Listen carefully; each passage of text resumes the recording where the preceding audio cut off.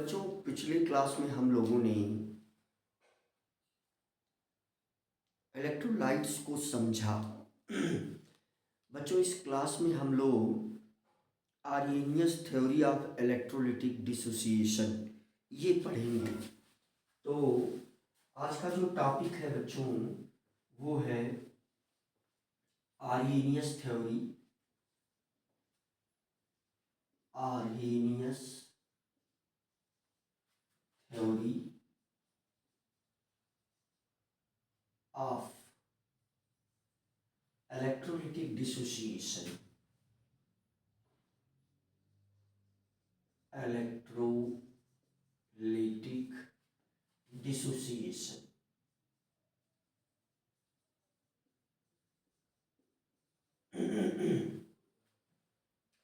तो इस टॉपिक को बच्चों हम लोग पढ़ेंगे डिटेल में।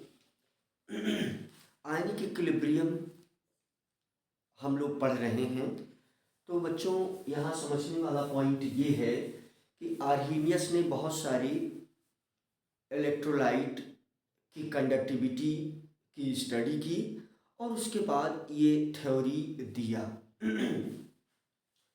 तो बच्चों,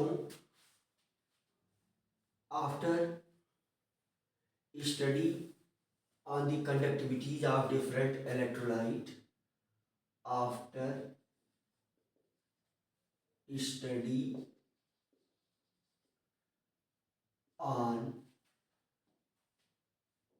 study on electric conductivity electric conductivity electric conductivity of different electrolyte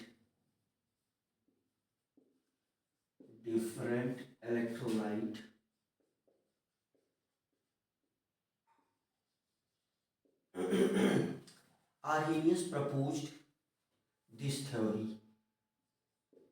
Arrhenius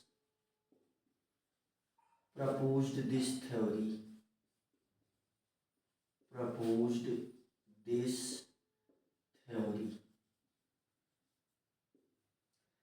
तो इसके मेन पास्चुलेट्स क्या हैं वो बच्चों हम लोग देखेंगे। Main postulates Arrhenius after study on electric conductivity after study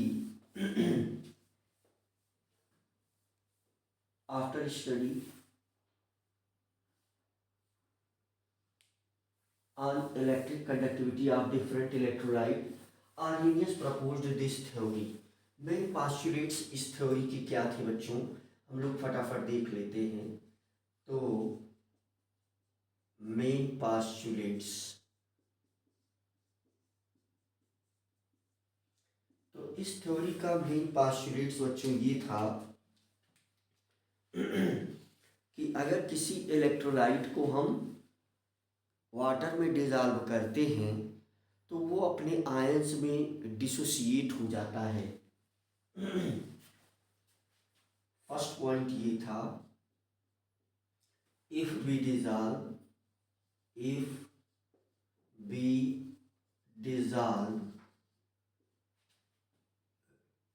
any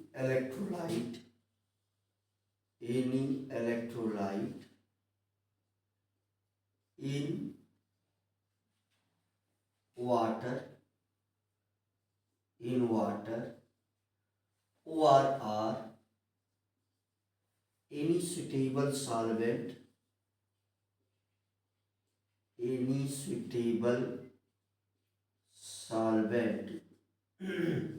then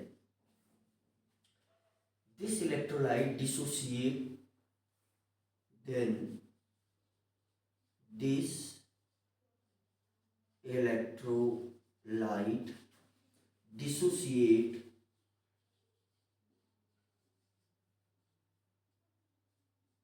into its ions तो इसमें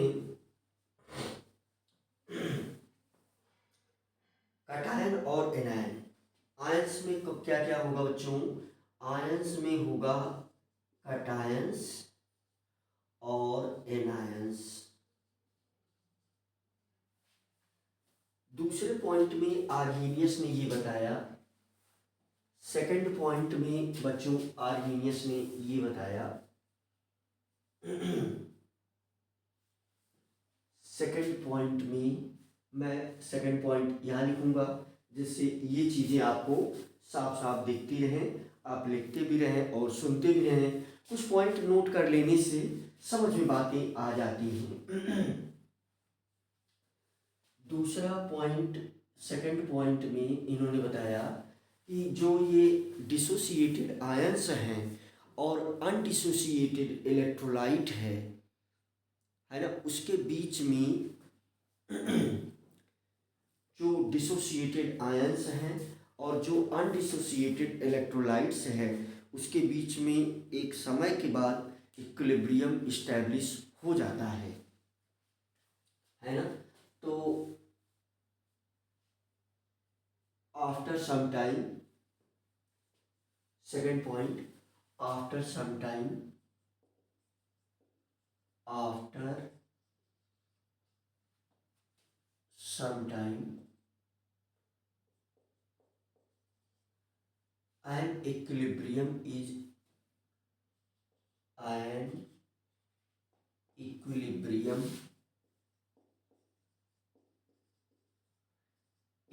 established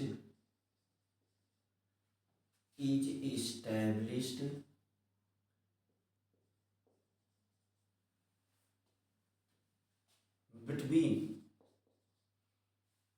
after some time an equilibrium is established between ions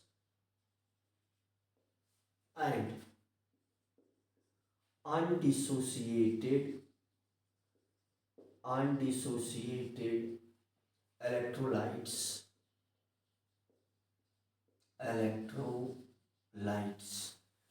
तो कुल मिलाकर के बच्चों आर्हेनियस जी ये बता रहे हैं कि जब हम यहाँ पर आर्हेनियस जी ये बता रहे हैं कि जब हम किसी सुटेबल सॉल्वेंट में यहाँ हम छोटा फिगर बना के आपको समझाने का प्रयास कर रहे हैं बच्चों। जब किसी सुटेबल सॉल्वेंट में, मान लीजिए ये हमारे पास वाटर है, वाटर एक अच्छा सॉल्वेंट है, उसका रीजन ये है कि इसका डाइलेक्ट्रिक कांस्टेंट बहुत अधिक है, तो ये मैक्सिमम आप कह सकते हैं कि अधिक से अधिक इलेक्ट्रोलाइट को डिसॉल्व कर देता है, मीन्स उसके आयन में डिसोसिएट कर देता है। तो आर्हेनियस जी ये बता रहे हैं कि जैसे अगर कोई यू कैन से सॉल्वेंट है और इसमें अगर आपने NaCl ऐड किया या कोई इलेक्ट्रोलाइट ऐड किया, मान लीजिए आपने एक इलेक्ट्रोलाइट ऐड किया इसमें Ha, तो ये जो है H प्लस E माइनस में डिसोसिएट हो जाएगा। लेकिन ये फिर एक बात बता रहे हैं, ये कह रहे हैं बेटा बच्चों, आर्हेनियस जी ये कह रहे हैं कि अगर हम किसी सुटेबल सॉल्वेंट में अगर हम कोई इलेक्ट्रोलाइट, और इलेक्ट्रोलाइट हम यहाँ पर Ha ही लेंगे, अगर कोई इलेक्ट्रोलाइट Ha हम डिसॉल्व करते हैं तो इसका कुछ पार्ट, जैसे मान लीजिए कि अगर ये उनका ये मानना है, मान लीजिए ये टोटल है 10 ग्राम, तो इस 10 ग्राम में हो सकता, अब कितना है ये तो बेटा कैलकुलेट करने पर पता चलेगा, लेकिन वो ये कह रहे हैं कि मान लीजिए ये 10 ग्राम इलेक्ट्रोलाइट है, अगर ये इसमें डिसॉल्व किया जाता है तो इसका कुछ पार्ट ही आयंस में डिसोसिएट होगा। मीन्स इसमें 3 चीज़ें प्रेजेंट होंगी, इसमें H प्लस होगा, इसमें A माइनस होगा और इसमें HA भी होगा। तो ये तीन चीजें साफ साफ इसमें प्रेजेंट होंगी। मीन्स यहाँ ये क्या है, ये आयंस हैं इलेक्ट्रोलाइट के, जो इलेक्ट्रोलाइट डिसोसिएट कर चुका है, और ये वो इलेक्ट्रोलाइट है जो डिसोसिएट नहीं हुआ है। तो ये क्या है, अनडिसोसिएटेड इलेक्ट्रोलाइट, अनडिसोसिएटेड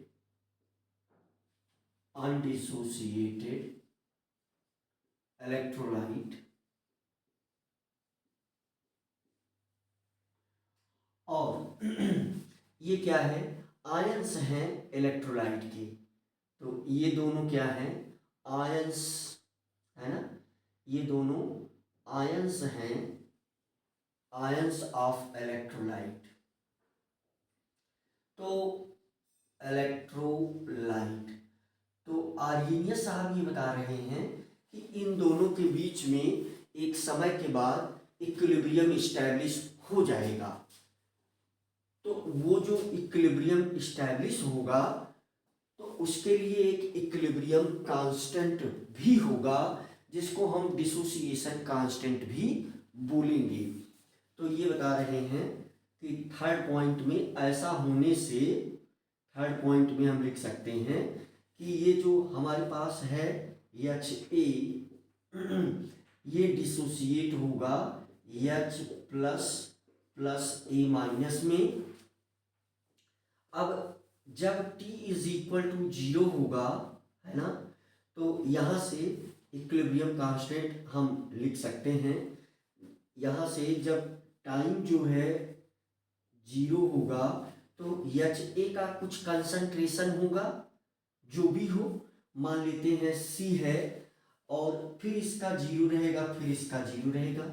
एक समय ऐसा आएगा जब इक्विलिब्रियम आ जाएगा तो फिर इसका कंसंट्रेशन मान लीजिए C माइनस सी अल्फा हो जाए, तो ये C अल्फा और ये C अल्फा में कन्वर्ट हो जाएगा।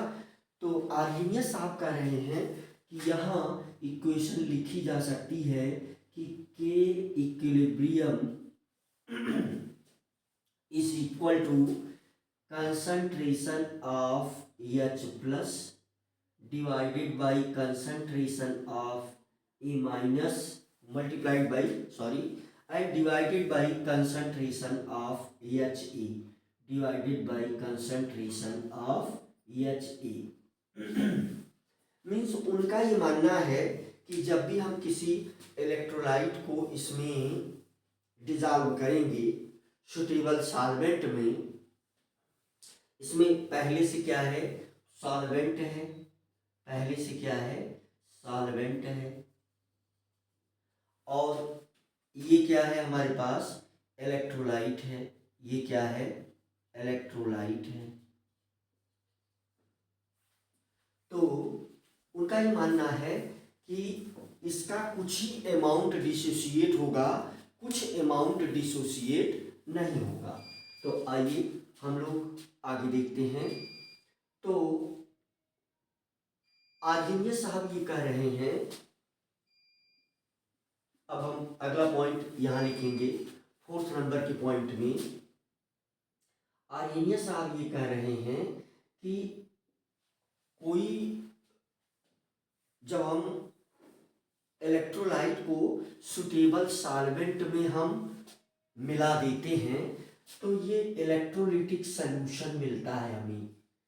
इलेक्ट्रोलाइट का ये जो हमने इसमें सॉल्वेंट में मिला दिया, यहाँ पर हमने मिला दिया HA, तो ये कह रहे हैं कि मिलाने के बाद जब ये डिसोसिएशन हो जाएगा, कुछ अमाउंट डिसोसिएट नहीं होगा,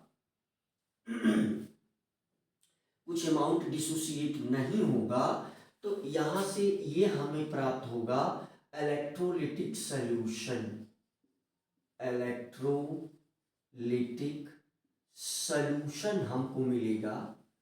और इस इलेक्ट्रोलिटिक सॉल्यूशन में, इस इलेक्ट्रोलिटिक सॉल्यूशन में number of H plus equal to number of A minus, means number of cations equal to number of anions. ये क्या कहना चाह रहे हैं? Number of cations, number of cations equal to number of anions. तो इसका result क्या आएगा? इसका रिजल्ट ये आएगा कि जो इलेक्ट्रोलिटिक सॉल्यूशन होगा वो इलेक्ट्रिकली न्यूट्रल होगा। इसका रिजल्ट क्या आएगा कि जो इलेक्ट्रोलाइटिक जो सॉल्यूशन होगा, इलेक्ट्रोलिटिक जो सॉल्यूशन होगा वो इलेक्ट्रिकली न्यूट्रल होगा। क्या होगा? इलेक्ट्रिकली न्यूट्रल होगा। इसके इक्विलिब्रियम को यहाँ पर कैसे भी रिप्रेजेंट किया जाएगा? कैसे? इसको बोलेंगे डिसोसिएशन कांस्टेंट, डिसोसिएशन कांस्टेंट। ये इक्विलिब्रियम कांस्टेंट की तरीके से सिर्फ टेम्परेचर पर ही डिपेंड करेगा। ये डिसोसिएशन कांस्टेंट इक्विलिब्रियम कांस्टेंट के जैसा ही है और ये सिर्फ और सिर्फ टेम्परेचर पर ही डिपेंड करेगा। ये इनिशियल कंसंट्रेशन ऑफ इलेक्ट्रोलाइट पर डिपेंड नहीं करेगा। तो यहाँ से हम लोग नेक्स्ट पॉइंट देखेंगे। फिफ्थ पॉइंट में आर्हेनियस साहब बताते हैं कि ये जो कटायंस और एनायंस हैं, अगर इस इलेक्ट्रोलिटिक सॉल्यूशन से अगर हम इलेक्ट्रिसिटी को पास करें तो कटायंस और एनायंस ही इसमें इलेक्ट्रिक कंडक्शन के लिए रिस्पांसिबल है ना? Cations and anions, cations and anions, anions are responsible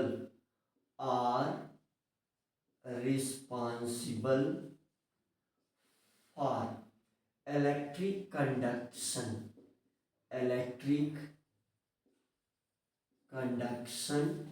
in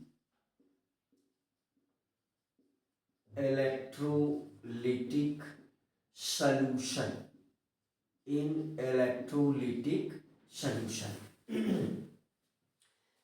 कुल मिलाकर के बात बच्चों ये है कि अगर ये इस पॉइंट में इन्होंने ये समझाया कि मान लीजिए कोई इलेक्ट्रोलिटिक हमारे पास सेल है। अब ये एक नई बात है और इलेक्ट्रोकेमिस्ट्री में भी आप इन चीज़ों को पढ़ेंगे, इसका उपयोग है वहाँ पर। तो जैसे यहाँ पर अगर एक सेल है इस प्रकार से और हम इसका नाम देते हैं इलेक्ट्रोलिटिक सेल, तो इसमें कोई किसी भी साल्ट का सॉल्यूशन है और इसमें अगर हम दो इलेक्ट्रोड को डिप कर दें इस प्रकार से, ऐसे दो इलेक्ट्रोड को हम डिप कर दें, ये दो इलेक्ट्रोड हो गए हमारे, और इस इलेक्ट्रोड को अगर हम वायर से कनेक्ट कर दें, यहाँ से ले जा करके इससे अगर हम इसको वायर से कनेक्ट कर दें तो इसमें सॉल्यूशन में इलेक्ट्रिक कंडक्शन होगा। मीन्स ये सॉल्यूशन सर्किट को, इलेक्ट्रिक सर्किट को कंप्लीट करता है। तो electrolytic solution, electrolytic solution complete electric circuit है ना, इलेक्ट्रिक सर्किट को ये इलेक्ट्रोलिटिक सॉल्यूशन कंप्लीट करता है। किसके द्वारा इलेक्ट्रिक सर्किट कंप्लीट होती है? इलेक्ट्रिक सर्किट जो कंप्लीट होती है due to presence of cations and anions. तो ये क्यों कंप्लीट होती है? Due to free migration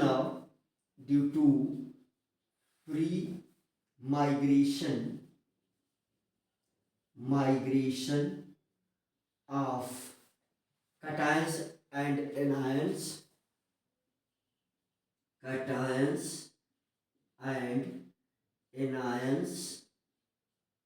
cations and anions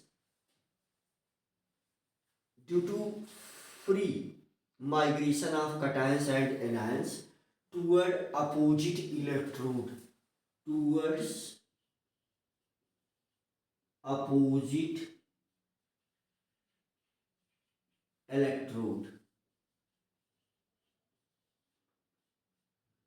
toward opposite electrodes।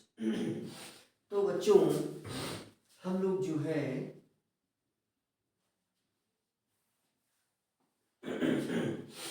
तो आप इस बात को ध्यान दें। तो हम लोग जो है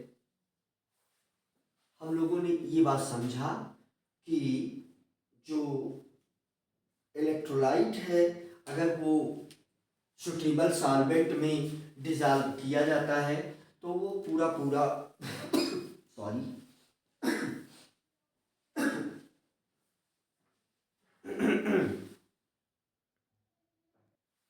तो बच्चों हम लोगों ने ये छोटे छोटे पॉइंट समझे। आर्यनियस साहब ने 6 पॉइंट में ये बताया कि अगर हम पॉइंट नंबर 6 अगर हम डाइल्यूशन को इंक्रीज करें मीन्स किसी चीज़ को डाइल्यूट करें तो फिर वो कंप्लीटली डिसोसिएट हो जाएगा। मीन्स यहाँ पर अल्फ़ा की चर्चा ये है कि जैसा हम लोग अल्फ़ा को पहले भी डिस्कस कर चुके हैं। तो एट इन्फिनिटी डाइल्यूशन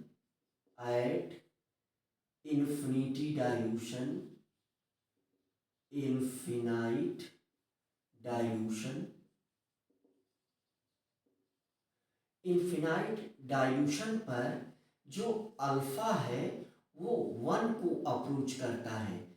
इसकी मीनिंग क्या है? Means alpha is equal to 1, near about equal to 1, है ना। इसका मतलब डाइल्यूशन बढ़ाने से डिसोसिएशन बढ़ता है। इसका रिजल्ट क्या आ रहा है? इसका रिजल्ट ये आ रहा है कि डाइल्यूशन बढ़ाने से अगर हम इलेक्ट्रोलिटिक सॉल्यूशन को डाइल्यूट करें, अगर इलेक्ट्रोलिटिक सॉल्यूशन को हम क्या करें? डाइल्यूट करें तो फिर अल्फा की वैल्यू बढ़ेगी। तो डाइल्यूशन से अगर हम dilution means addition of solvent, है ना। Dilution means addition of solvent, और ऐसा करने से अल्फा की वैल्यू बढ़ेगी और इनफिनाइट डाइल्यूशन पर इसकी वैल्यू 1 हो जाएगी। तो अल्फा को कैलकुलेट करने का ये भी तरीका हम लोगों ने पहले डिस्कस भी किया है कि equivalent conductivity at V dilution upon equivalent conductivity at infinite dilution equal to molar conductivity, है ना। मोलर कंडक्टिविटी ये फार्मूला हम कई बार लिख चुके हैं। Molar conductivity at V dilution upon molar conductivity at infinite dilution. Alpha को ऐसे भी कैलकुलेट किया जाता है। 7th पॉइंट में ये चर्चा उन्होंने किया कि जो आयंस होंगे वो ग्रुप के फॉर्म में भी हो सकते हैं।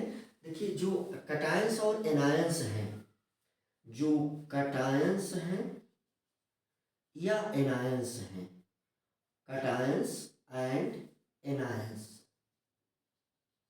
ये अकेले भी हो सकते हैं जैसे Na+, जैसे K+, या ये ग्रुप में भी हो सकते हैं जैसे NO3, है ना, UO3+, जैसे ये प्लस जो है यू कैन से, जैसे ये हमारे पास है NH4+। एनायंस भी अकेले भी हो सकते हैं और ग्रुप में भी हो सकते हैं, जैसे एनायंस में Cl- अकेले एक एनायन है, जैसे हमारे पास यू कैन से S+, है ना, और जैसे NO3-, है ना, तो ये अकेले एटम के भी रूप में हो सकता है और ग्रुप में भी हो सकता है, इस प्रकार से। तो नेक्स्ट पॉइंट में आर्यनियस साहब ने ये बताया कि नेक्स्ट पॉइंट में बच्चों आर्यनियस साहब ने ये बताया कि कोई भी अगर सॉल्यूशन है तो सॉल्यूशन की प्रॉपर्टी इन्हीं आयंस पर डिपेंड करती है। सॉल्यूशन की प्रॉपर्टी इसी आयंस पर डिपेंड करती है। एक एग्जांपल यहाँ पर हम ये दे सकते हैं, मीन्स हम लोग ये पॉइंट लिखेंगे कि property of solution is depend upon, यहाँ हम अगला पॉइंट लिखेंगे इस थ्योरी का, पॉइंट नंबर 8। तो पॉइंट नंबर 8 क्या है? पॉइंट नंबर 8 है कि property of solution is depend upon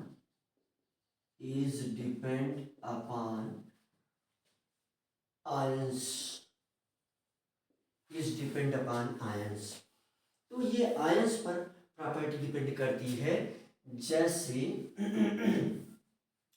Cu2Cr2O7, अगर ये हमारे पास कोई सॉल्यूशन है, कोई सॉल्वेंट है, मान लो इसमें हमने एक इलेक्ट्रोलाइट डिजॉल्व किया, वो इलेक्ट्रोलाइट है Cu2Cr2O7।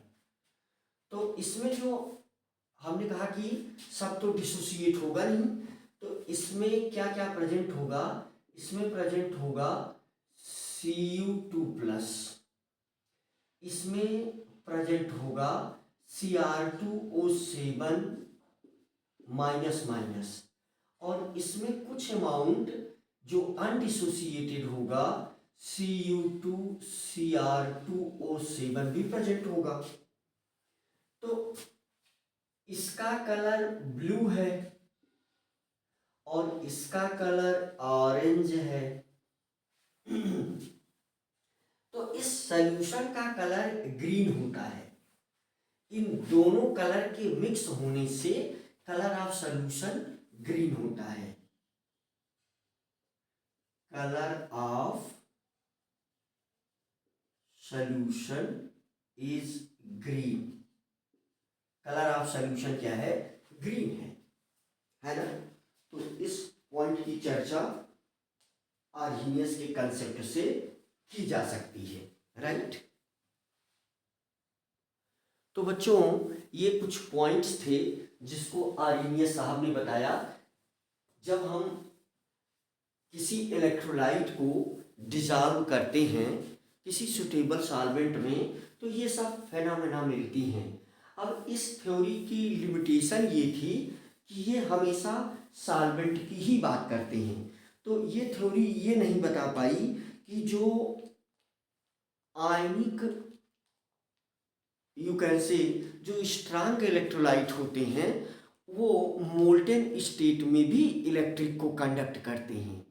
इन्होंने ये बताया कि इस थ्योरी की लिमिटेशन अगर हमसे कहा जाए कि एक पॉइंट में इसका लिमिटेशन आप बता दीजिए, तो इसकी लिमिटेशन ये थी लिमिटेशन ये थी कि जो आयनिक सॉलिड होते हैं या आयनिक जो साल्ट हैं, स्ट्रांग साल्ट, आयनिक साल्ट कैसे हैं? स्ट्रांग साल्ट, जो आयनिक साल्ट हैं ये क्या होते हैं? स्ट्रांग साल्ट होते हैं, स्ट्रांग साल्ट। तो ये मोल्टेन स्टेट में भी इलेक्ट्रिक कंडक्शन कर सकती हैं। देखिए आर्हेनियस थ्योरी के लिए क्या आवश्यक है? सॉल्वेंट आवश्यक है, सॉल्वेंट इज मैंडेटरी, है ना? सॉल्वेंट क्या है? Solvent is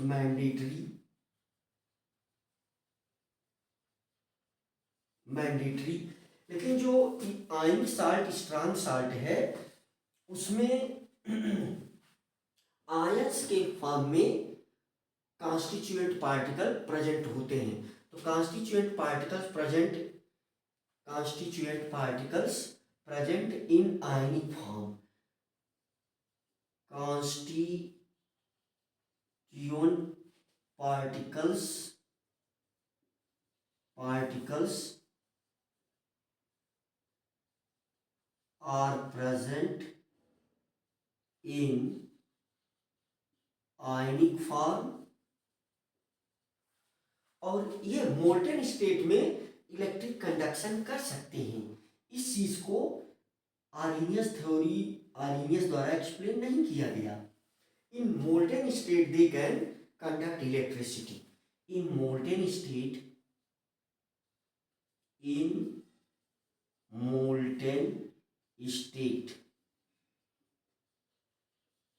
they can conduct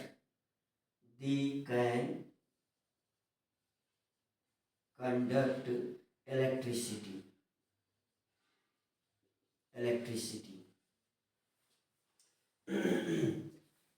यहाँ नीचे आप लिख सकते हैं this can not be explained by this theory. तो इस थ्योरी के द्वारा इस चीज को एक्सप्लेन नहीं किया जा सका। अच्छा, इसके फायदे भी बहुत सारे हैं, 6-7-8 फेनोमेना को हम एक्सप्लेन कर सकते हैं इससे आसानी से। तो एप्लीकेशन वाले पॉइंट को भी हम यहाँ पर लिख सकते हैं। तो इस थ्योरी का एप्लीकेशन भी बहुत है, इस थ्योरी के फायदे भी बहुत हैं। तो आइए हम लोग इसके फायदे को 1 बाय 1 करके लिख लेते हैं। इस थ्योरी से हमें कहाँ कहाँ बेनिफिट मिला, आइए उस चीज को समझते हैं। तो इस थ्योरी के पढ़ने से मीन्स एप्लीकेशन, तो यहाँ पर इसका फायदा ये था, एप्लीकेशन ये है, एप्लीकेशन। तो अब देखिए, कहने के लिए तो हम ये भी कह सकते हैं कि जैसे उन्होंने कहा कि सिंपली उन्होंने ये बात बताया कि जब भी कोई इलेक्ट्रोलाइट डिसॉल्व किया जाएगा तो वो जो है उसका कुछ पार्ट डिसोसिएट होगा, कुछ डिसोसिएट नहीं होगा। लेकिन स्ट्रांग इलेक्ट्रोलाइट के केस में ऐसा नहीं होता है, वो तुरंत ही कंप्लीटली डिसोसिएट हो जाता है। ये भी पॉइंट हम मेंशन कर सकते हैं लिमिटेशन में, है ना? लेकिन अब ये 2 पॉइंट, चाहे आप इस भी पॉइंट को लिख लीजिएगा, ये एक पॉइंट ये हो गया, और दूसरा पॉइंट आप ये लिख सकते हैं कि in case of strong electrolyte they dissociate completely, है ना? They dissociate completely in, you can say they dissociate completely in small amount of solvent. There is no required condition for infinite dilution up to infinity। तो infinity तक dilution की आवश्यकता नहीं है, starting में ही।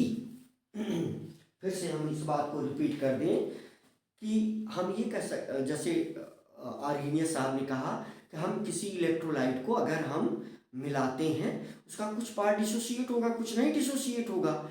लेकिन अगर हम डाइल्यूशन को इन्फिनिटी तक ले जाएं तो कोई भी इलेक्ट्रोलाइट होगा वो 100% डिसोसिएट हो जाएगा, अल्फा की वैल्यू 1 हो जाएगी। लेकिन थोड़े से सॉल्वेंट में ही जो स्ट्रांग इलेक्ट्रोलाइट है वो कंप्लीटली डिसोसिएट हो जाता है, वहाँ डाइल्यूशन को इन्फिनिटी तक ले जाना आवश्यक नहीं है। तो लिखने के लिए ये भी लिमिटेशन हम लिख सकते हैं। तो इसके फायदे क्या थे वो हम लोग देख सकते हैं। तो इसका पहला फायदा ये था कि सॉल्यूशन की कॉलिगेटिव प्रॉपर्टी को हम लोग एक्सप्लेन कर सकें, है ना। तो by this theory we can explain colligative properties, abnormal colligative properties को हम लोग एक्सप्लेन कर सकें। Colligative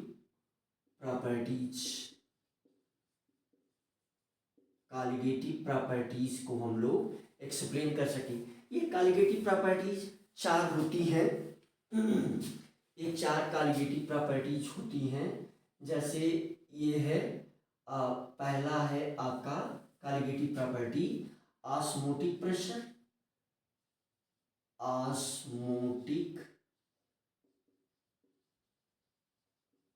pressure. दूसरी कॉलिगेटिव प्रॉपर्टी है relative lowering in vapour pressure, relative lowering in vapour pressure. तीसरी कॉलिगेटिव प्रॉपर्टी है यहाँ पर, तीसरी कॉलिगेटिव प्रॉपर्टी हम लोग तीसरा यहाँ लिख लेते हैं, elevation in boiling point, elevation in boiling point. और चौथी है depression in freezing point, depression in freezing point, freezing point. तो बच्चों हम लोग इसके विषय में क्लास 12 के चैप्टर सॉल्यूशन में बहुत ही डिटेल में पढ़ेंगे। यही 4 कॉलिगेटिव प्रॉपर्टीज हैं और ये कॉलिगेटिव प्रॉपर्टीज डिपेंड करती हैं number of particles present in solution. बहुत कम शब्द में आप इसको समझ सकते हैं। ये कॉलिगेटिव प्रॉपर्टीज की जो वैल्यू है ना, कॉलिगेटिव प्रॉपर्टीज की जो वैल्यू है ये depend upon number of particles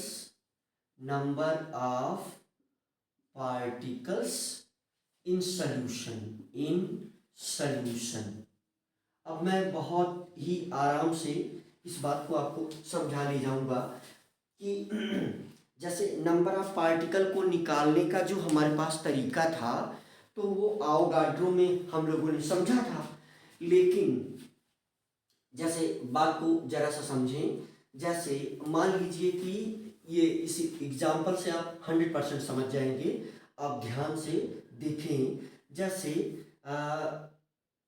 हमें क्या पता चला कि ये जो 4 प्रॉपर्टी है इसकी वैल्यू अगर नंबर ऑफ पार्टिकल बढ़ जाए तो बढ़ जाएगी और नंबर ऑफ पार्टिकल घट जाए तो घट जाएगी।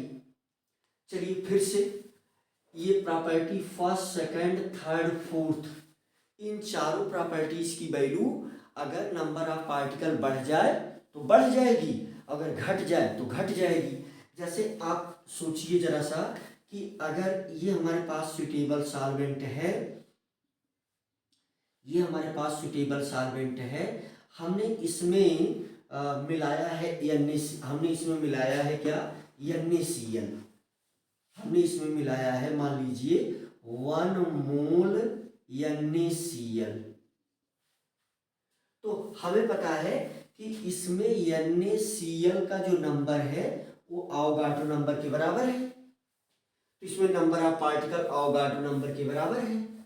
लेकिन असल में ये जैसे ही इसमें जाएगा तो हम सबको पता है कि ये Na प्लस यानी NaCl का नंबर अवोगाड्रो नंबर के बराबर है।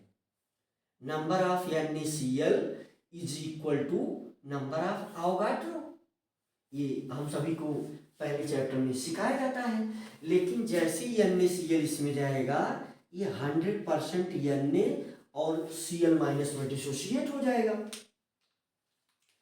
तो मैं क्या कहना चाह रहा हूँ, मैं ये कहना चाह रहा हूँ कि अब इस सॉल्यूशन में जो नंबर ऑफ पार्टिकल है, नंबर ऑफ पार्टिकल्स यानी नंबर ऑफ पार्टिकल्स जो है वो कितना हो जाएगा, यानी Na प्लस का नंबर प्लस Cl माइनस का नंबर, तो इन दोनों का नंबर तो Na है, तो यहाँ पर इसका भी नंबर Na के इक्वल हो जाएगा, अवोगाड्रो नंबर के बराबर। यहाँ इसका भी अवोगाड्रो नंबर के बराबर हो जाएगा। तो कुल मिलाकर के इसमें नंबर ऑफ पार्टिकल जो हो गया वो कितना बन गया, 2Na के इक्वल हो गया। यानी नंबर ऑफ जो पार्टिकल इसमें है, जो हम ये जानते थे, हम ये जानते थे, लेकिन ये रियल में क्या है, गलत है। यहाँ 2Na के बराबर नंबर ऑफ पार्टिकल हो गया, क्योंकि Na इसका और Na इसका, तो टोटल पार्टिकल ये हो गया 2Na के बराबर। ये इतना तो रहा नहीं, ये सारी वैल्यूज किस पर डिपेंड करती हैं, इस पर डिपेंड करेंगी नहीं। तो अगर ये थ्योरी ना होती तो हम इसको एक्सप्लेन भी ना कर पाते। तो इस प्रकार से इसको एक्सप्लेन किया गया। अब आइए हम लोग जो है दूसरी चीज देखते हैं कि इस थ्योरी से और क्या क्या एक्सप्लेन किया गया। अब जल्दी से पॉइंट को हम यहाँ पर समराइज कर देंगे। जैसे ये एक चीज एक्सप्लेन कर दिया गया इस थ्योरी की हेल्प से, वो क्या एक्सप्लेन कर दिया गया, इस थ्योरी का फायदा क्या मिला कि हम कॉलिगेटिव प्रॉपर्टी की जो एबनॉर्मल वैल्यूज आ जाती थी उनको हम एक्सप्लेन कर लेते हैं। अगर आप बार बार सुन करके विचार करेंगे तो समझ जाएंगे, नहीं तो बहुत डिस्टर्ब नहीं होना है आपको। इससे रिलेटेड बातें क्लास 12 के फर्स्ट चैप्टर में खुद डिटेल में की जाएंगी, परंतु इनिशियल इंफॉर्मेशन ये आपके लिए आवश्यक थी, इसलिए ये इनिशियल इंफॉर्मेशन आपको मिलना आवश्यक है। इस थ्योरी के फायदे, दूसरा फायदा आयनिक रिएक्शन को हम एक्सप्लेन कर सकते हैं। दूसरा फायदा क्या निकल करके आया कि we can explain ionic reaction, we can explain ionic reaction, ionic reactions को हम एक्सप्लेन कर सकते हैं। तीसरा फायदा क्या निकल करके आया, we can explain neutralization reaction, we can explain the colour of solution,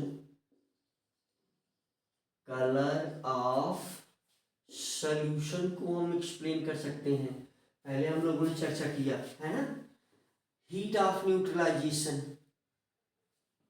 है ना, यहाँ पर we can explain heat of neutralization, यहाँ पर we can explain heat of neutralization reaction, heat of neutralization reaction, है ना। तो ये कुछ फायदे हैं जिनको कि हम लोग इस थ्योरी की मदद से आराम से एक्सप्लेन कर सकते हैं। बच्चों, कोई भी चीज अनुमान लगा देना और किसी चीज को रियल में बता देना, इस दोनों में अंतर है। इस थ्योरी के बाद ही बातें लिखित रूप में हमारे सामने आई, है ना। जैसे इस थ्योरी की हेल्प से हम इलेक्ट्रोलिटिक सॉल्यूशन की कंडक्टिविटी को एक्सप्लेन कर सकते हैं। इलेक्ट्रिक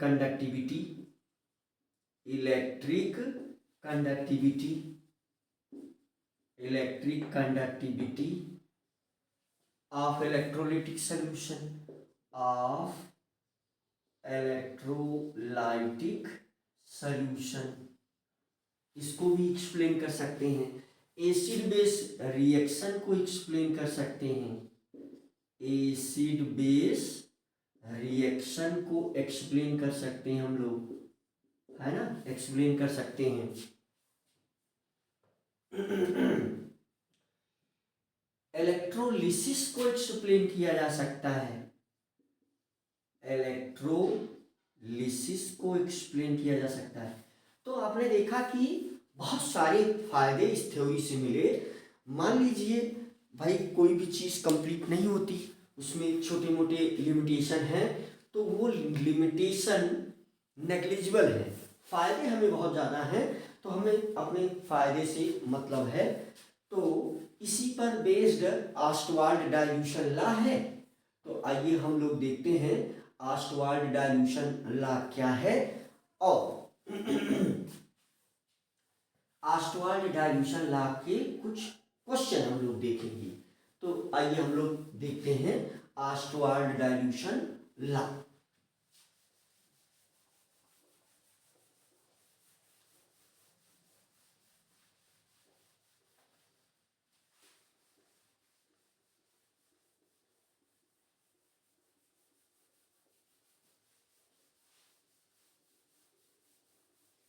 तो बच्चों हम लोग अब चर्चा करेंगे ऑस्टवाल्ड डाइल्यूशन लॉ के विषय में।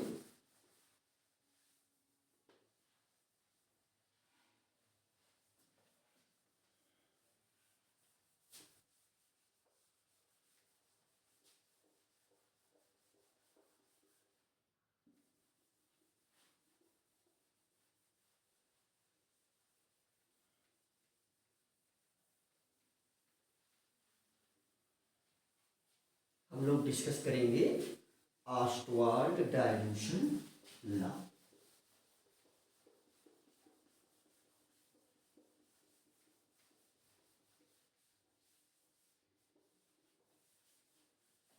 तो ऑस्टवाल्ड डाइल्यूशन लॉ बच्चों इसी थ्योरी पर ही बेस्ड है। इसी थ्योरी का यूज करके ऑस्टवाल्ड साहब ने एक इक्वेशन डेवलप किया जो वीक इलेक्ट्रोलाइट के लिए काफ़ी उपयोगी है। तो आइए हम लोग उसको समझ लेते हैं जल्दी से, और फिर उस पर हम लोग कुछ क्वेश्चन कर लेंगे।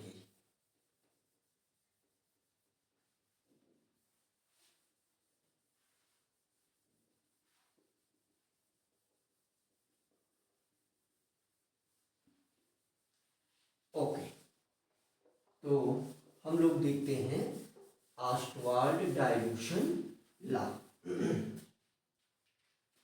तो बच्चों हम लोग पढ़ेंगे यहाँ पर ऑस्टवाल्ड्स dilution law.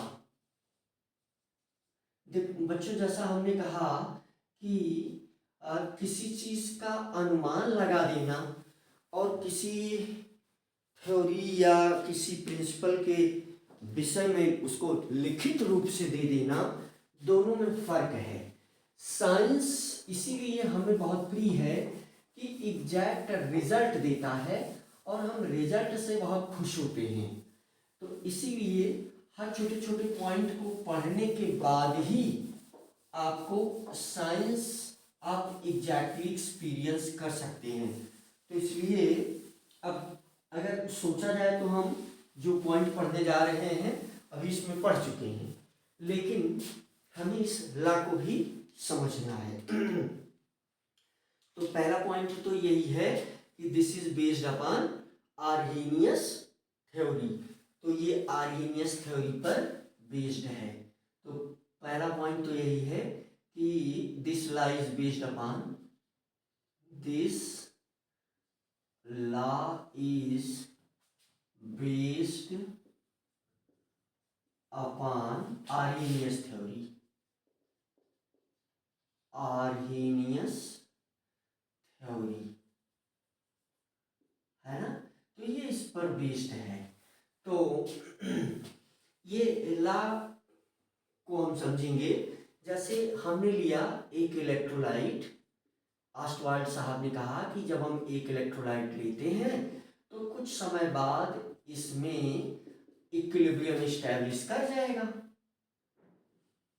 H plus plus ए माइनस, कुछ समय बाद इसमें इक्विलिब्रियम एस्टैब्लिश कर जाएगा। तो जैसे इसके लिए हम जब हमारे पास जब t जो है 0 है, t इज इक्वल टू 0, तो इसका कंसंट्रेशन C है, ये 0 ये 0। तो अगर जब यहाँ पर इक्विलिब्रियम आ जाएगा, t is equal to T equilibrium, जो समय बीत गया उस समय है इक्विलिब्रियम टाइम के बराबर। तो यहाँ से C minus C alpha, alpha को हम पहले भी समझ चुके हैं केमिकल इक्विलिब्रियम में, तो ये हो जाएगा C अल्फा, ये हो जाएगा C अल्फा। और हमें पता है कि यहाँ जो K इक्विलिब्रियम है, this will equal to K and this will equal to concentration of H plus into concentration of A minus divided by concentration of HA। तो नीचे जो वैल्यूज में कंसंट्रेशन है इसको हम सब्स्टिट्यूट कर देंगे, तो K जो डिसोसिएशन कांस्टेंट है इसकी वैल्यू आ जाएगी C alpha multiplied C alpha divided by C minus C alpha. तो यहां से जब हम इसको सॉल्व करेंगे तो अगर ये एसिड के लिए होगा, अब इलेक्ट्रोलाइट क्या हो सकता है, HA क्या है, ये बात आपको समझना चाहिए। HA क्या है, एक इलेक्ट्रोलाइट है, एक इलेक्ट्रोलाइट है। और अगर ये इलेक्ट्रोलाइट एसिड है और या ये इलेक्ट्रोलाइट क्या है, बेस है। अगर एसिड है तो Ka रिप्रेजेंट करेंगे, अगर बेस है तो Kb रिप्रेजेंट करेंगे। तो इसका मतलब कि अगर ये एसिड है तो इसके लिए क्या होगा, Ka रिप्रेजेंट होगा। अगर ये बेस है इसके लिए क्या होगा, Kb होगा, है ना। तो यहां से हमें क्या मिल जाएगा, यहां से C को हम अगर कॉमन ले लेंगे तो ये क्या हो जाएगा हमारे पास, C को अगर हमने कॉमन ले लिया तो ये हम लिख सकते हैं C alpha square into C divided by C with in bracket 1 minus alpha. तो C से C ये कैंसिल हो जाएगा, तो हमें यहाँ क्या मिल जाएगा, हमें यहाँ क्या मिल जाएगा, K इज इक्वल टू, अब ये दोनों हो सकता है, K भी हो सकता है Kb भी हो सकता है। तो यहाँ से चूंकि ये हमने इलेक्ट्रोलाइट लिया है H प्लस आयन, अगर हम इसे H प्लस आयन कंसीडर कर लें, अगर हम इसको H प्लस आयन कंसीडर कर लें तो हम यहाँ Ka लिखने लगेंगे, ठीक है। तो Ka की जो वैल्यू आ जाएगी वो आ जाएगी C alpha square divided by 1 minus alpha. और अब यहां से अगर 1 is very very greater than alpha, तो है ना, तो it implies that 1 minus alpha is near about equal to 1। तो यहां से K की वैल्यू क्या हो जाएगी, Ka हो जाएगा C अल्फा स्क्वायर। यहां से आपको अल्फा स्क्वायर क्या मिल जाएगा, अब Ka को हम K लिखते हैं, ठीक है, जिससे एसिड बेस दोनों को बताया जा सके। तो यहां से Ka की जगह पर हमने K लिखा, उद्देश्य क्या है, एसिड बेस दोनों को एक्सप्लेन एक साथ हो जाएगा। तो यहां से क्या हो जाएगा, K अपान C, और यहां से हमें पता है कि अल्फा की जो वैल्यू होगी वो अंडर रूट में k/c हो जाएगी। हमें क्या पता है पहले से कि c is equal to n upon concentration is equal to number of mole upon volume b। अगर इस n की वैल्यू को हम 1 एज्यूम करें तो यहाँ से अल्फा की वैल्यू क्या आ जाएगी, अंडर रूट में, है ना, k/n/v, और ये भी ऊपर जाकर के मल्टीप्लाई हो जाएगा। तो इस प्रकार से बच्चों हमें जो इक्वेशन मिलेगा तो ये मिलेगा alpha is equal to under root में k/b। तो यही क्या है, ऑस्टवाल्ड डाइल्यूशन लॉ है। तो यहां से ऑस्टवाल्ड डाइल्यूशन लॉ को लिखा भी जा सकता है। क्या लिखा जा सकता है, degree of dissociation of any weak electrolyte is directly proportional to square root of dilution, है ना। तो अगर हम यहाँ से इस चीज को हटा दें, इसको अगर हम लैंग्वेज के रूप में लिखना चाहें, देखिए यहाँ से आपको क्या मिल रहा है, यहाँ से आपको मिल रहा है अल्फा प्रोपोर्शनल, है ना, ये है अल्फा, क्योंकि अब प्रोपोर्शनल का भी साइन वैसे ही बनाया जाएगा। तो alpha proportional under root V. अब इस चीज को समझना, ये प्रोपोर्शनलिटी साइन है और ये डीओडी है, डिग्री ऑफ डिसोसिएशन है। ये क्या है, डिग्री ऑफ डिसोसिएशन है। और ये v है, इसी टर्म को हम क्या बोलते हैं, dilution.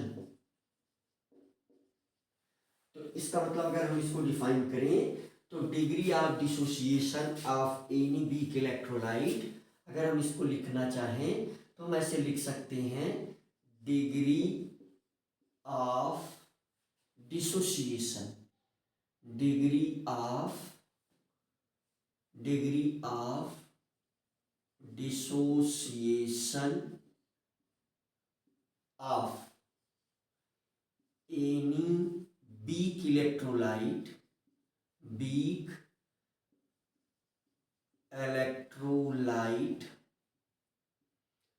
is directly proportional to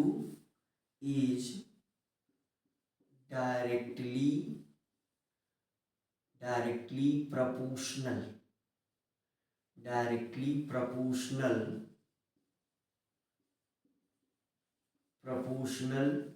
to its square root of dilution, directly proportional to its square root of dilution। तो बच्चों ये क्या है, ये है ऑस्टवाल्ड डाइल्यूशन लॉ। इसी को हम क्या बोलते हैं, ऑस्टवाल्ड डाइल्यूशन लॉ। तो बच्चों यहां से आप ये बात समझें, यहां से आप इस बात को समझ सकते हैं कि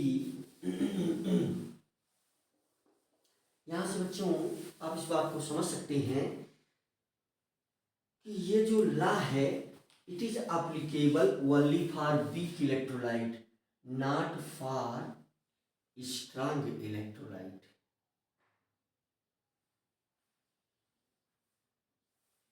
तो ये जो है वीक इलेक्ट्रोलाइट के लिए उपयोगी है, स्ट्रांग इलेक्ट्रोलाइट के लिए उपयोगी नहीं है। तो यहां हम इसकी लिमिटेशन में ये चीज लिख सकते हैं कि अगर हमसे इसकी लिमिटेशन लिखने के लिए कहा जाए तो it is only useful for weak electrolyte, not for strong electrolyte. तो इसकी लिमिटेशन हम लोग लिख सकते हैं, लिमिटेशन हम लोग लिख सकते हैं, it is useful only for weak electrolyte, it is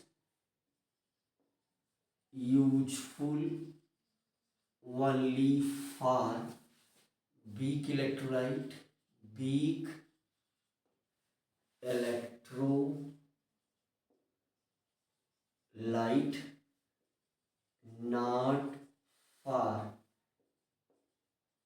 strong electrolyte। तो स्ट्रॉन्ग इलेक्ट्रोलाइट के लिए क्यों नहीं है?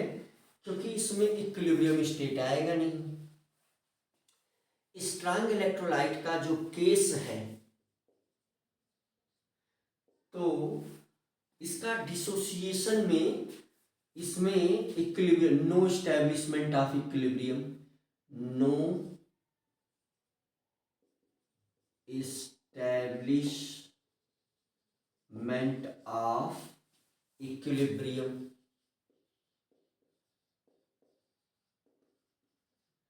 तो इक्विलिब्रियम इसमें आएगा नहीं, तो इसलिए ये स्ट्रॉन्ग के केस के लिए उपयोगी नहीं है। तो हम लोगों ने बहुत सारे यूज देखे। अब बच्चों हम लोग इससे रिलेटेड कुछ क्वेश्चन करेंगे। बच्चों इसके फायदे पर भी हम बात कर सकते हैं, जैसे इसका एप्लीकेशन क्या हो सकता है। अगर हम फायदे की बात करें तो हम एप्लीकेशन पर बात कर सकते हैं, है ना। तो एप्लीकेशन पर बच्चों हम लोग क्या बात कर सकते हैं, आपको ये बात समझना चाहिए। जैसे अभी हम लोगों ने डिसाइड किया, यहाँ पर डिराइव किया कि K is equal to C alpha square, है ना। पहला पॉइंट हमें मिला K is equal to C alpha square.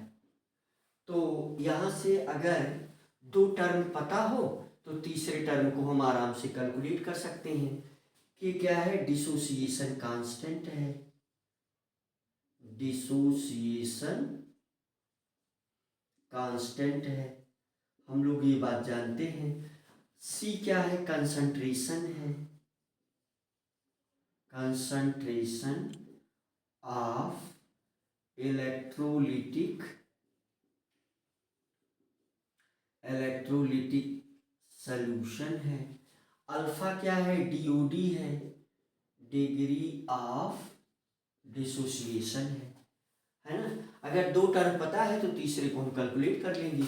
दूसरा फायदा ये है बच्चों यहाँ से कि के ए और के बी, के ए और के बी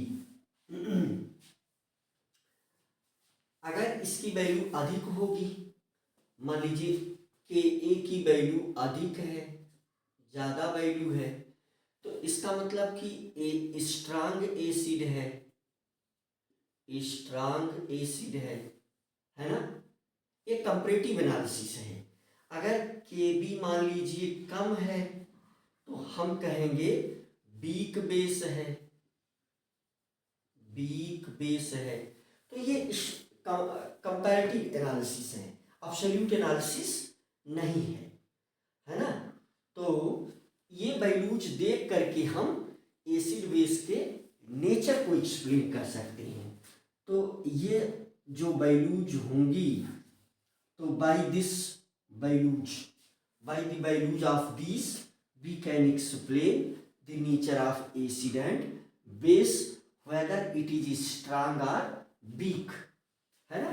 तो एसिड प्लस बेस, एसिड्स और बेसेस ये स्ट्रांग है, ये स्ट्रांग है या वीक है, या वीक है। ये स्ट्रांग है कि वीक है, इस बात को हम एक्सप्लेन कर सकते हैं। तो ये दो बच्चों इसके क्या थे, फायदे थे। और अब जो है हम लोग आइए इससे रिलेटेड कुछ क्वेश्चन कर लेते हैं। तो बच्चों हम लोग क्वेश्चन देखते हैं। तो क्वेश्चन इस पर कैसे पूछा जा सकता है, तो छोटे मोटे रिलेटेड क्वेश्चन इससे पूछे जा सकते हैं। आइए एक क्वेश्चन हम लोग देखते हैं कि कैसे सॉल्व किया जाएगा। तो बच्चों एक क्वेश्चन है कि एक फ्लोरोएस्टिक एसिड का सॉल्यूशन है जिसमें H+ कंसंट्रेशन और एसिड है तो उसका डिसोसिएशन कांस्टेंट फॉर एसिड, ये दोनों चीज़ें अगर गिवन हैं तो हमसे कंसंट्रेशन अगर पूछा जाए सॉल्यूशन का तो हम उसे कैसे कैलकुलेट करेंगे। आइए हम लोग इसको कैलकुलेट करते हैं। सवाल मैं बोर्ड पर लिख दे रहा हूँ, आप इसे पढ़ के खुद भी ट्राई कर सकते हैं। तो पहले मैं जल्दी से सवाल लिख देता हूँ, ठीक है बच्चों। तो सवाल ये है, क्वेश्चन ये है कि क्वेश्चन क्या है, क्वेश्चन क्या है, for a solution of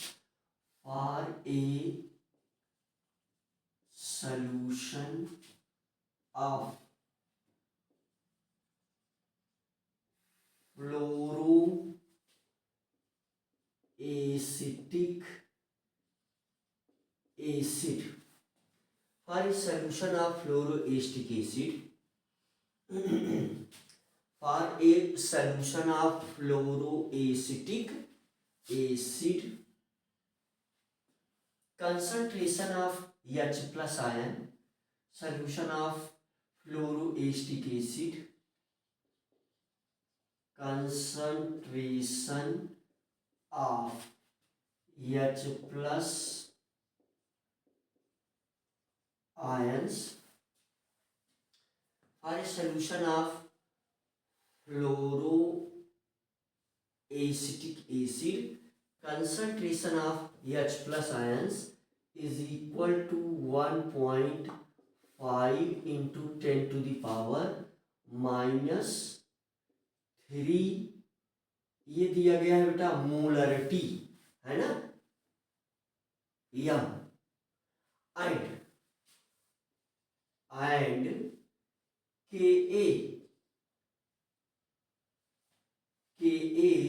is equal to 2.6 into 10 to the power -3. Then calculate the concentration of solution. Then calculate the concentration of solution.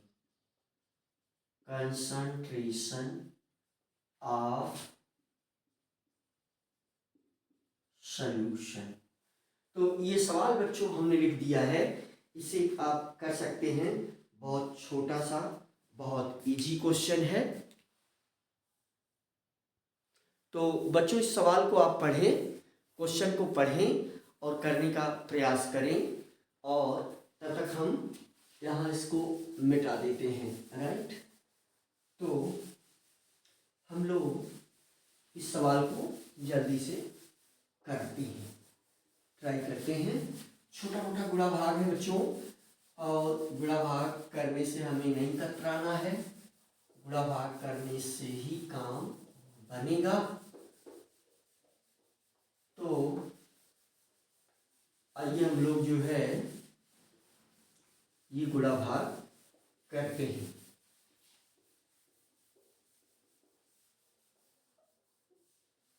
तो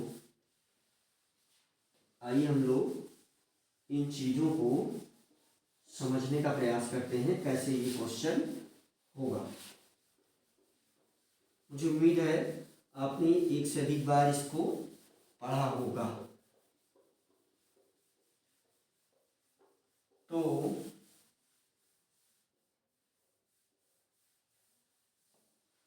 फ्लोरोएस्टिक एसिड हमारे पास क्या है, कंपाउंड क्या है, फ्लोरोएस्टिक एसिड।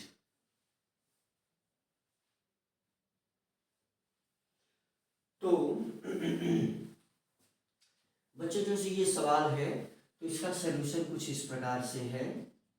आप देखें, नॉर्मली हमारे पास क्या होता है, आप देखें ये हमारे पास सी है, H H H H H, और यहाँ से फिर सी ओ एच। अगर इसमें से हम एक एच को हटा करके किसी एच को हम, ये एसिटिक एसिड है, ये इस कंपाउंड का क्या नाम है, एसिटिक एसिड है ना, एसिटिक एसिड है। इसमें से एक हाइड्रोजन को हटा करके हम फ्लोरीन जोड़ दें तो देखिए आप, ये कंपाउंड हो जाएगा सी सिंगल बॉन्ड COOH। मान लीजिए इस नीचे वाले इस हाइड्रोजन को हमने हटा दिया, यहाँ क्या जोड़ दिया, फ्लोरीन, और 2 हाइड्रोजन एज इट इज रहेंगे, तो यही हमारे पास क्या है, फ्लोरोएस्टिक एसिड। तो बच्चों इसका वर्क क्या है वो यहाँ नहीं जानना है, इसको यूज करके क्वेश्चन को सॉल्व करना है।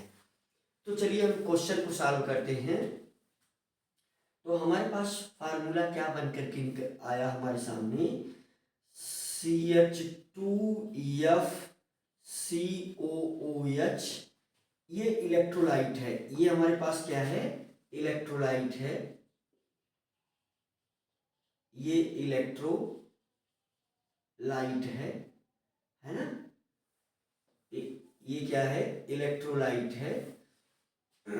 अब इसमें इक्विलिब्रियम आएगा तो ये किसमें ब्रेक होगा, CH2FCOO minus plus H plus.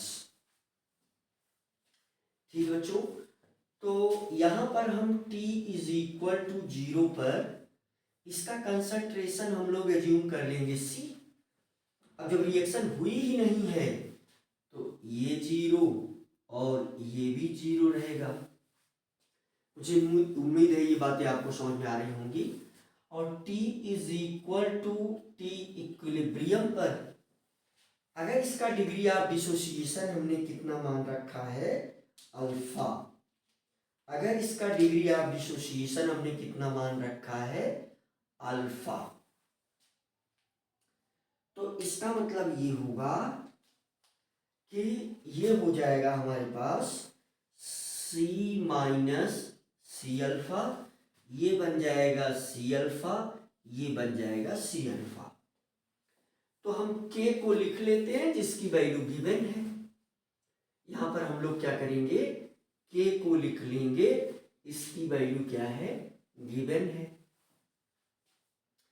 तो यहां से हमें फार्मूला क्या मिल जाएगा, फार्मूला मिल जाएगा K is equal to C alpha multiplied C alpha divided by C minus C alpha.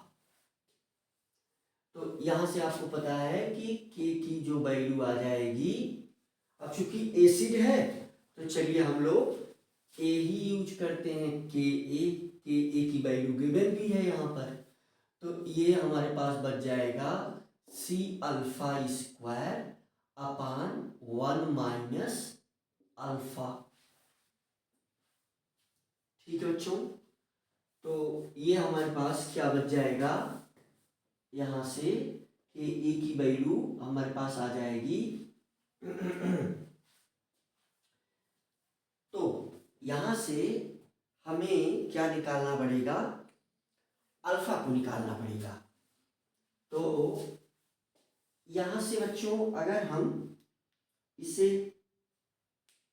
Calculate करें, है ना, अगर हम इसे कैलकुलेट करें तो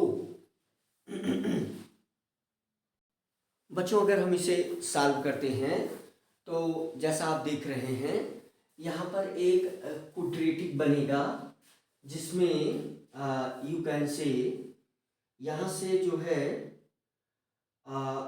सी, यहाँ इसको हम सॉल्व बच्चों इस प्रकार से करेंगे कि ये C अल्फा जो है वो H प्लस की इक्वल है ना। तो हम देखिए इसको कैसे लिख सकते हैं, इसको लिख सकते हैं बच्चों कि a is equal to C alpha multiplied alpha divided by 1 minus alpha. ठीक है बच्चों, तो देखिए सी अल्फा ये हमको गिवन है, सी अल्फा ये हमें क्या है, गिवन है। यही क्या है, एच प्लस का कंसंट्रेशन, और इसकी वैल्यू गिवन है। एच प्लस का कंसंट्रेशन आप देखें इस सवाल में यहाँ पर गिवन है, तो सी अल्फा हमको गिवन है। तो अब केवल अब क्वाड्रेटिक से हम बच गए, तो क्वाड्रेटिक से अगर हम बच गए तो हम आराम से इसको कैलकुलेट कर लेंगे। चलिए वैल्यू सब्स्टिट्यूट करते हैं, तो ये हो गया 2.6 इंटू 10⁻³ इज इक्वल टू, अब देखिए सी अल्फा इसके बराबर है और ये वैल्यू यहाँ गिवन है, तो ये हो जाएगा 1.5 into 10⁻³ multiplied alpha divided by 1 minus alpha. तो ये इस तरफ जाएगा, मल्टीप्लाई हो जाएगा, तो सीधी सी बात है कि यहाँ क्या बचेगा, यहाँ बचेगा यू कैन से, आप आराम से देख सकते हैं। अगर इसको हम इधर लाएंगे मल्टीप्लाई हो जाएगा, तो ये हो जाएगा 1 से मल्टीप्लाई हो जाएगा तो 2.6 इंटू 10⁻³ फिर यहाँ माइनस 2.6 इंटू 10⁻, ये किसके पावर लिखे या समझ जाएंगे आप, इसको ला करके इसमें हम गुणा कर रहे हैं बस, और कुछ नहीं कर रहे हैं। तो इससे एक बार 1 में गुणा करेंगे तो ये आ जाएगा, इससे एक बार अल्फा में गुणा करेंगे तो ये जो है अल्फा आ जाएगा, इक्वल टू यहाँ ये बच रहा है 1.5 इंटू 10⁻³ अल्फा। इस चीज को उधर ले जाएंगे प्लस हो जाएगा, तो अल्फा वाली क्वांटिटी चूंकि हमको अल्फा निकालना है तो इधर कर लेते हैं। क्या बात क्लियर है क्या? अल्फा वाली क्वांटिटी यहाँ निकालना है, जिसको इधर कर लेते हैं, वो सब पॉजिटिव में आ जाएगा। तो इसको अगर हम इधर करेंगे तो 2.6 इंटू 10⁻³ अल्फा प्लस ये हो जाएगा 1.5 into 10⁻³ alpha is equal to 2.6 into 10⁻³। इस दोनों को हम ऐड कर देंगे तो क्या हो जाएगा, 10⁻³ तो कॉमन हो जाएगा, तो यही दोनों ऐड हो जाएगा। ठीक है, 10⁻³ अल्फा तो कॉमन हो जाएगा, तो इस दो को हम ऐड कर देंगे तो 5 + 6 1 11 1 2 + 3 4 4 जो है कैमरा इतना आसानी से नहीं लेता है, तो पॉइंट जहाँ जहाँ मैं बोल रहा हूँ वहाँ वहाँ पॉइंट समझने की कृपा करेंगी। तो 4.1 इंटू, है ना, चलिए हम 4 ऐसे लिखते हैं तो ऐसे ही लिख लेते हैं 4.1 into 10⁻³ alpha is equal to 2.6 into 10⁻³। तो यहाँ से आप देख सकते हैं कि ये तो यही कैंसिल हो जाएगा, 10⁻³ यही कैंसिल हो जाएगा, ये और ये कैंसिल हो जाएगा एक दूसरे से। तो कुल मिला करके हमारे पास क्या बचेगा, अल्फा की वैल्यू हमें मिलने वाली है 2.6/4.1 डिवाइड करने के लिए 26/41। ठीक है, तो यहाँ हम इसको डिवाइड कर देते हैं और कोई रास्ता नहीं है, यही इसी तरीके से आप सवाल को करें। तो 26 में हम डिवाइड कर रहे हैं किससे, 41 से, तो डिवाइड हो नहीं पाएगा तो 0 बढ़ाएंगे, डेसिमल लगाएंगे, 0 ले जाएंगे तो 6 टाइम चला जाएगा, तो ये हो जाएगा 6 × 1 = 6 6 × 4 = 24। तो ये आ जाएगा हमारे पास क्या, 4 आ जाएगा, यहाँ से 1 आ जाएगा, ये कैंसिल आउट हो गया। ठीक है, यहाँ 0 आ जाएगा। तो अगर हम डिवाइड करेंगे 3 जा 4 जा तो जाएगा नहीं, तो 6.3 अल्फा की वैल्यू हो गई। अब हमसे प्रश्न में क्या पूछा जा रहा है, अब यहाँ पर जो हमसे क्वेश्चन किया जा रहा है बच्चों, वो पूछा जा रहा है इस क्वेश्चन में, then calculate the concentration. Concentration क्या एज्यूम किया हमने, सी। सॉल्यूशन का concentration C is equal to what, ये पूछा जा रहा है। और हम अब इसको चाहे जहां से निकाल लें, जैसे हमें देखिए ये चीज तो गिवन ही है, हमारे पास गिवन क्या है कि C alpha is equal to, हमारे पास ये गिवन है, तो C alpha is equal to 1.5 into 10 to the power -3 M, ये गिवन है।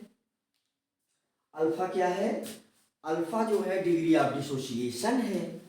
तो यहां से क्या मिलने वाला है हमें, अल्फा तो ये मिल गया है, देख रहे हैं आप, है ना, अल्फा जो है हमको मिल गया है। अब डिवाइड करने के लिए चाहे हम 0.3 को यहाँ छोड़ ही दें जल्दी से करने के लिए, तो यहाँ देखें आप c multiplied 0.3 is equal to 1.5 into 10 to the power -3। तो c यानी यही कंसंट्रेशन, c मतलब कंसंट्रेशन पूछ रहा है, तो कंसंट्रेशन इज इक्वल टू क्या हो जाएगा 1.5 into 10 to the power -3 divided by 0.3। तो पॉइंट से पॉइंट कैंसिल हो जाएगा, ओहो 0.6, क्या होगा 0.6, तो पॉइंट से पॉइंट कैंसिल हो जाएगा, तो ये आ जाएगा आपके पास 15 into 10 to the power -3 divided by 6। तो ये हो जाएगा 6 2 जा 12 एंड 12 प्लस 3, तो 6 5 जा, तो 2.5, 6 5 जा 30, है ना, तो 2.5 into 10 to the power -3 M, है ना, ये इसका क्या हो गया आंसर। तो हमसे क्या पूछ रहा था, कंसंट्रेशन इस सॉल्यूशन का पूछ रहा था। मीन्स सवाल कहाँ शुरू हुआ था कि हमारे पास एक सॉल्यूशन है, वो भी किसका सॉल्यूशन है, फ्लोरोएस्टिक एसिड का, CH2FCOOH का, ये एक सॉल्यूशन है। इसके विषय में ये इंफॉर्मेशन दी गई थी। अब ये पूछ रहा था कि ये जो सॉल्यूशन है इसका कंसंट्रेशन बता दो, इसका कंसंट्रेशन बता दो। और हमें दो इम्पोर्टेंट डेटा दिया गया था, एक डेटा हमको ये दिया गया था, एक डेटा हमको ये दिया गया था H+ का, और एक डेटा Ka दिया गया था। तो इन दोनों को यूज करके हमने इसका कंसंट्रेशन ये निकाला। ठीक है बच्चों, तो उम्मीद है कि आपको ऐसे छोटे मोटे क्वेश्चन आराम से आ जाएंगे। इसके आगे बच्चों हम लोग एसिड बेस का कंसेप्ट नेक्स्ट वीडियो में देखेंगे।